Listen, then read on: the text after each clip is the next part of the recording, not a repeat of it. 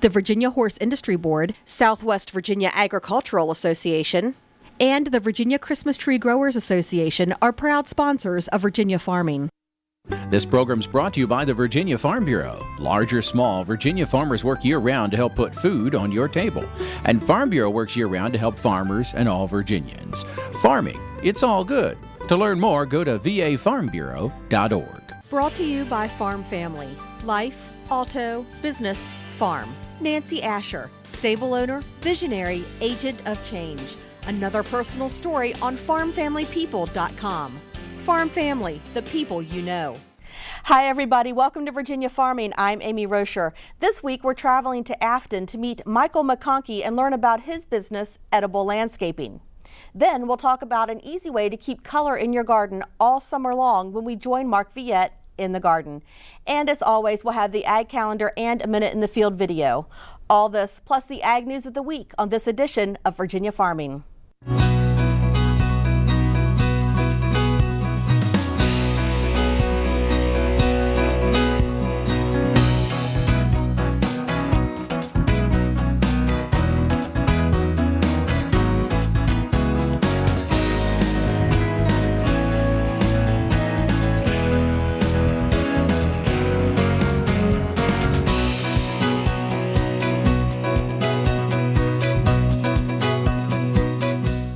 Virginia Cooperative Extension has named Lynn Jones from New Canton as Virginia Farmer of the Year.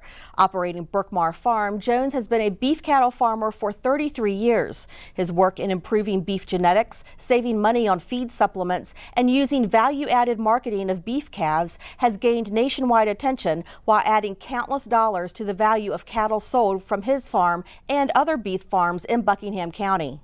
Robert Grisso, Associate Director of Virginia Cooperative Extension and State Coordinator of the Farmer of the Year Awards, said Jones and his family are the reason why agriculture is the #1 industry in the Commonwealth.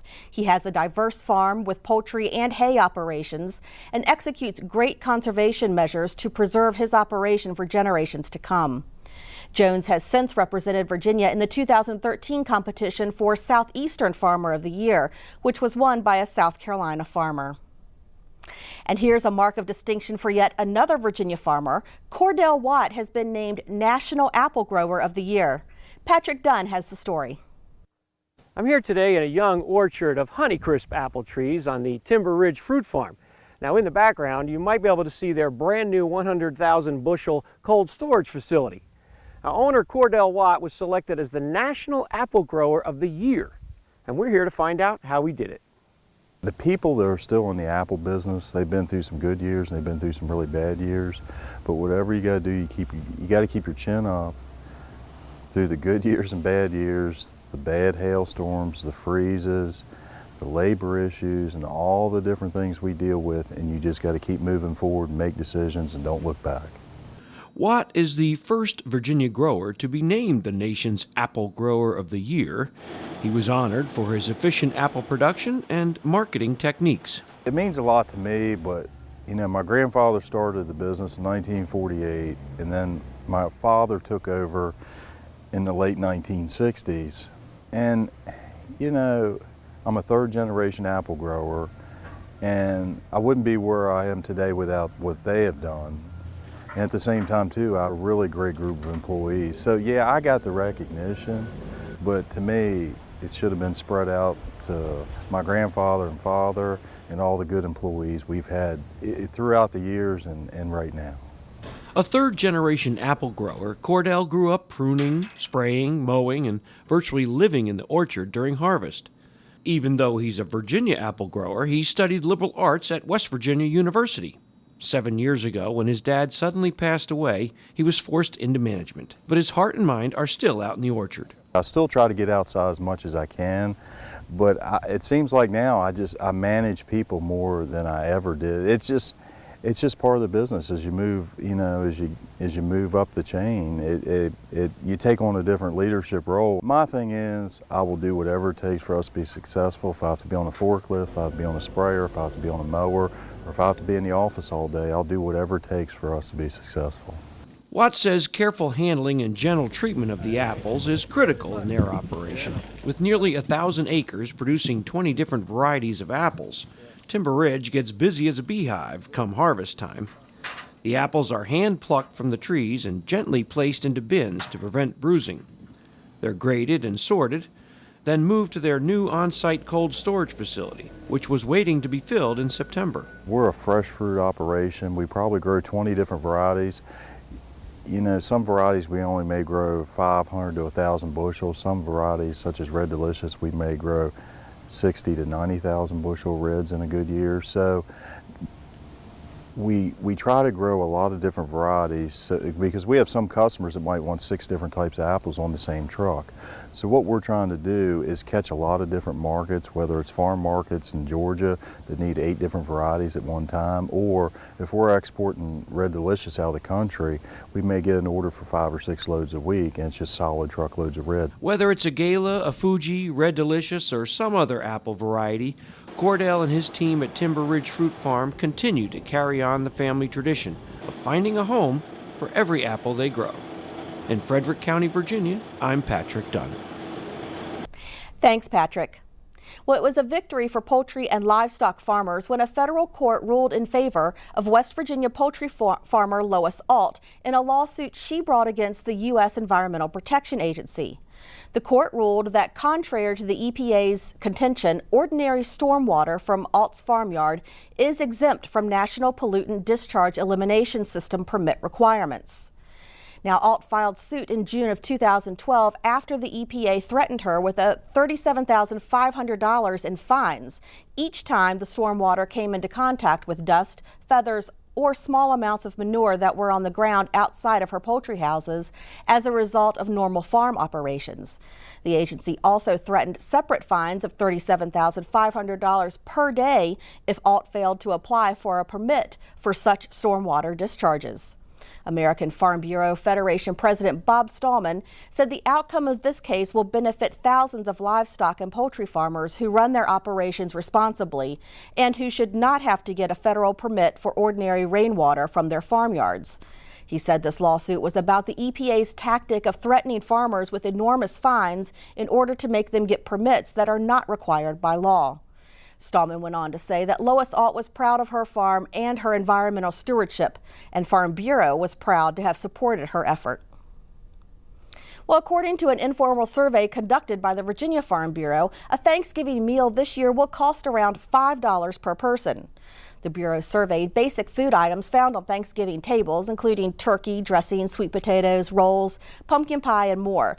And the total for all of these items came in at $50 for 10 adults. That's $2 more than the 2012 average. Farm Bureau says this can be explained by higher livestock prices and an improving economy. Vegetable prices, however, are lower because of better growing conditions this year.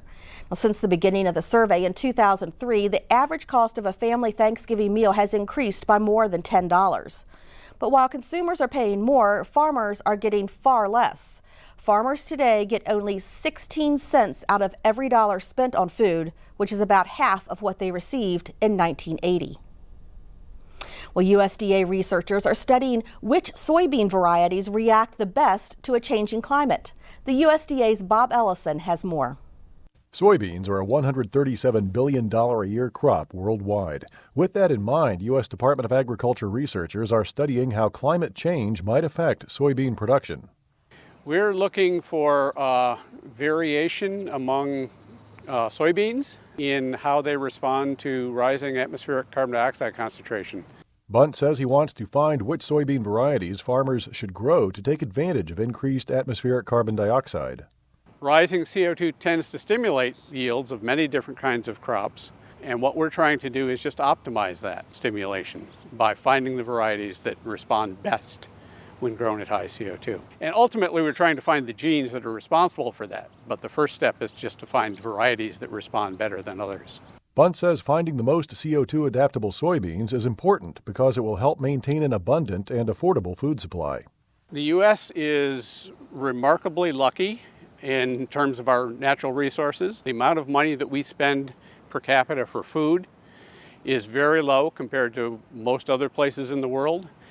just because we have such abundant food crops and resources to grow them. This is just trying to keep that favorable balance of food supply intact as the climate changes. Soybeans are increasingly used for human consumption and alternative fuel, but are still predominantly used for animal feed. In Beltsville, Maryland, for the U.S. Department of Agriculture, I'm Bob Ellison. Thanks, Bob. We know Virginia's climate and soil are good for growing soybeans, but we've also found some unusual plants that also thrive here in the Commonwealth. We're journeying to Afton's edible landscaping. That's coming up on Ag Insights.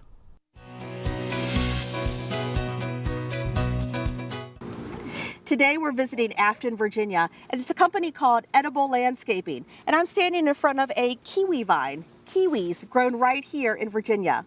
Let's go find the owner and learn more. So we've caught up with owner Michael McConkey of Edible Landscaping here at Afton, Virginia. Michael, thanks so much for having us out. Thank you for coming.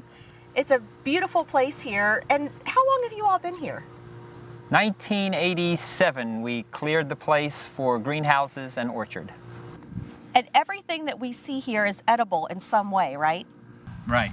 It's useful in some way, yeah. Either herbal or fruit, yeah, or berry, nut, yeah. Most of these things are not typical to Virginia climate. Right. And a lot of the things we sell, you don't have to be a professional to grow. That's our main drive here. We're experimenting all the time with many, many different types of fruits and mostly fruits, some herbs too. So hardy kiwi, Asian persimmon, Chinese jujube, 20 different varieties of figs, things like that, yeah. And Afton is in Zone 7, correct? So how on earth do you get all these things to grow here? We just grow them in greenhouses. There's a lot of hobbyists that want to grow plants in pots in their house. So we don't grow citrus, maybe as a patio plant in the summer, but they all have to come in the wintertime. If someone wants to buy a lime tree, how do they take care of it? Usually they're a little specific. They like Orlando, Florida weather. So most people have heated homes, so that works. But you can't put them on top of a heat vent or something. It'll knock the humidity levels off. They won't be used to that. So you put them in some part of the house where they get light, where they stay warm, and hopefully they flourish. Another thing that's really odd for Virginia is olives. Tell me about the olives. It is. And we don't, the only place really that the Arbequina is the variety that we're selling right now. And that one has done well in Charleston, South Carolina. And that one does also well, maybe as far up as Virginia Beach, but it's iffy. We are seeing results in Charleston and places like that. Olives grow in Mediterranean areas, and it's lower humidity. So there's a little bit of a stress factor there. But some of my customers, you see, we ship all over basically the world, but we ship to the United States for sure. And so we'll have something that may not grow quite here, like citrus, but we're shipping into different places that they can grow it. Where did you get your original plants from to start all of this? Well, that's why I started the nursery in 1979, because I couldn't get any of the plants that I wanted, so I started my own nursery. And I had pen pals all over the world, and they'd send me plants. We brought plants in from Pakistan and from USSR. And now, it's quite popular to have fruit trees. So now there's actually a lot more sources. How many acres do you have here? It's about 5 under cultivation, I think, but there's 25 here. So all of these plants basically came from just friends all over the world sending you plants to get you started? Pretty much. I was in a group called the North American Fruit Explorers, and they still exist. And it's a bunch of amateurs and professionals that get together and like to talk about fruit. So I also was into the nutritional aspect of eating fresh. It really, but once you get into something like that, and then you find out about somebody like Thomas Jefferson who grew all these things and had pen pals all over, you kind of get the idea that this is still happening. This whole movement of growing things yourself and enjoying these different varieties, and people talk about cultivars, and now the schools are starting to put in well, we just had Henley Middle School over in Charlottesville put in pomegranates in their courtyard. And that really excites me. That's really fun to see, especially inner city kids with some education and hands-on experience of where food comes from. So back to the kiwis. You have a lot of different kinds of kiwis. How do you get them to grow? So there's 3 species of kiwis that are semi-popular. The most popular is the fuzzy kiwi that you see in the stores. And there is another species now that has golden fruit without fuzz, and they're large. And we'll be selling those too. And then there's the hardy kiwi that's from Eurasia, and it grows pretty much up to places where it can get 25 below zero. So they can take a lot of cold. Then there's a Russian variety called Kolomikta, and our species called Kolomikta, and that variety can go and grow in Siberia. It can take 35 below zero. So if someone buys a plant that they can't just plant outdoors and expect to thrive, do you give them detailed instructions on how to take care of these plants? When you came up, there was a lady from Stafford, Virginia, right? Her name was Layla, and she had seen our stuff online, and she had a big list. And at first I was talking her out of some things, and then I was telling her the ins and outs or the challenges of growing some of the certain things she had on her list. And I think she was maybe she was an experienced gardener, but not so experienced about some of the varieties. But then she said she had a greenhouse, so that made a big difference.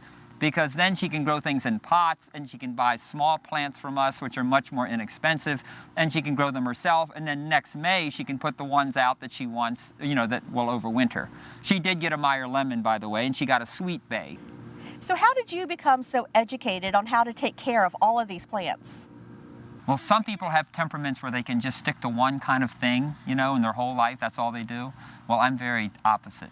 So I like a whole bunch of different, doing it all, right. As many things. So I kind of thrive on, jumping around like a ball on a pinball machine. So it seems like it's a constant learning process. Oh yeah, I'll make mistakes all the time. Yeah, and I'll find out about things that I didn't know before. Right. So, but you're kind of using your experience, your trial and error experience, to right. help the people who buy these plants. So, okay, don't do this because I already tried it and it won't work. Yeah, and I'd like to get that more out there, because so many beginners will come up here and they say, I want cherries, I want nectarines, I want apricots. And you have people that spend a lot of money and time and expertise growing those things, professionals. And they use a lot of sprays, and they use a lot of cultivation techniques, and it's expensive and it's time consuming. It's a full-time job, even more so. I mean, it's like sometimes 16 hours a day for some of these growers. It's not, and then it can be raining, it can be frosting, you have all the things that agricultural people have to suffer with, all the time. It's Exactly. It's not like selling computers, And maybe there's I don't know, maybe it all comes from agriculture, somewhere. I'm sure a lot of people come with a big wish list. Are there some things sometimes you have to talk people out of buying? Most of our people that work here, they've worked here long enough, they catch that drift too. And they'll actually say, maybe you should try this. What's nice about having them all here is because you can take a customer out and he can try one of these plants, one of these fruits on the plants, and they go, wow, this is really good. And so you just have to get used to them. Like, how many people eat gooseberries for breakfast, or josta berries, which is a hybrid of a gooseberry, or even the persimmons? The per capita is probably pretty low. Now, I know you guys offer some workshops throughout the year. Tell me about some of those and what goes on. Some people will have trees and they haven't done anything with, and they'll say, well, do I ever have to prune them, or do I have to take care of them a certain way? So we'll have pruning workshops. Sometimes we'll have grafting workshops, because a lot of people want to do their own thing. They want to learn how to create a variety, or they could be visiting a friend, and the friend has a great tree, and they say, I'd love to have this tree in my yard. Well, how do you do that? So a lot of people want to find out, and so we have grafting workshops, and then we'll have the tours. Some people want to plan now their whole front yard. They don't want just grass and a couple of evergreens. They want to plan every square inch of that yard to be useful. And so you can only fit so much into a small yard or to a large yard, and you want to know, so they can come out here and take a look at how big things get. And that helps. That educates people too. So you get a lot of people coming out for that. So what's the most unusual plant that you sell here?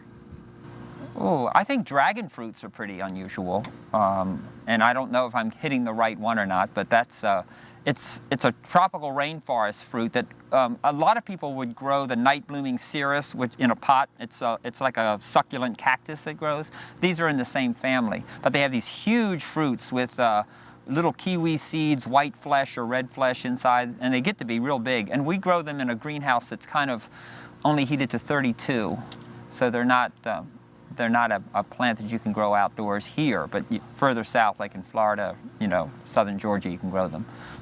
So if people want more information about edible landscaping, where do they go? On their computer to ediblelandscaping.com. Okay, and all the information's there. Yes, care guides, varieties, and what we have in stock, what sizes, what prices.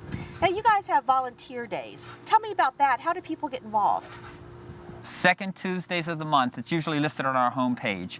People can come out and we pay them $10 an hour to do pretty much any work that we can think of. But a lot of it's weeding and planting and moving plants, just regular nursery stuff. And they get like a $10 an hour credit for plants. So at the end of the day, or if they come back another time, they keep a credit going. Then they can buy plants here with their credit.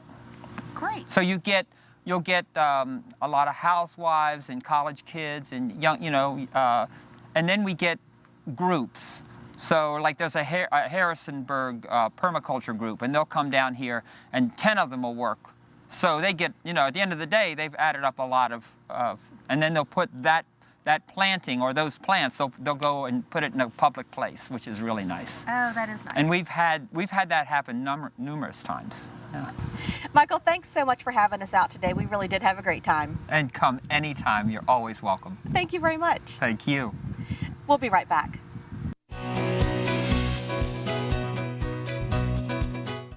Keeping color in your garden throughout the summer months can be as easy as planting summer bulbs. Let's join Mark Viette in the garden.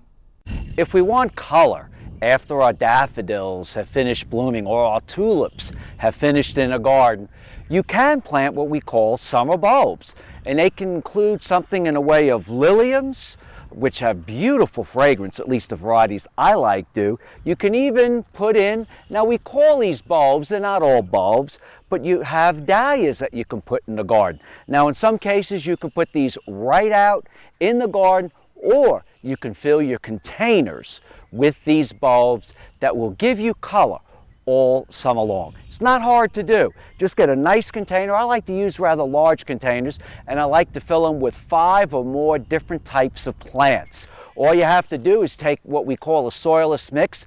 This is just not your garden soil, but this has maybe peat, perlite, pine bark, and other additives that stays nice and loose throughout the summer months. So you get that material, and you partially fill your container,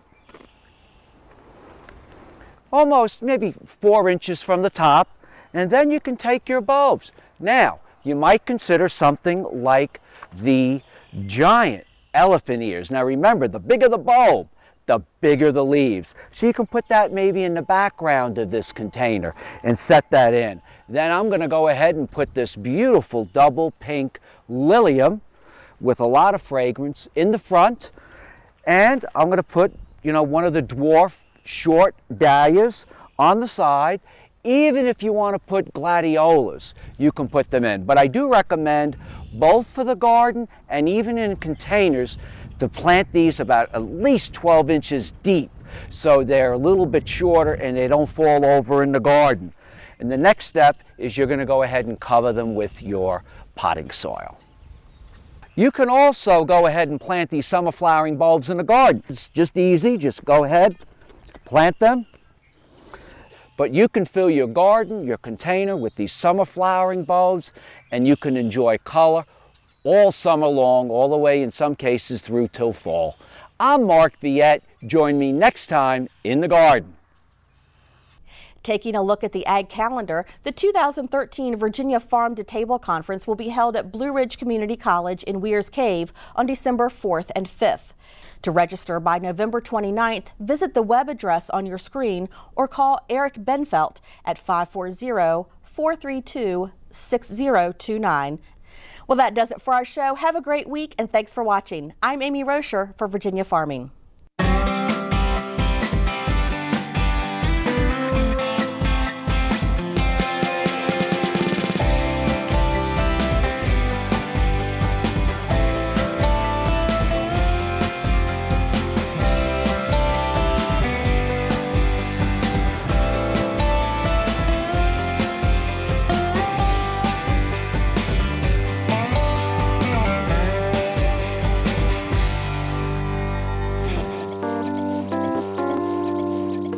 This program's brought to you by the Virginia Farm Bureau.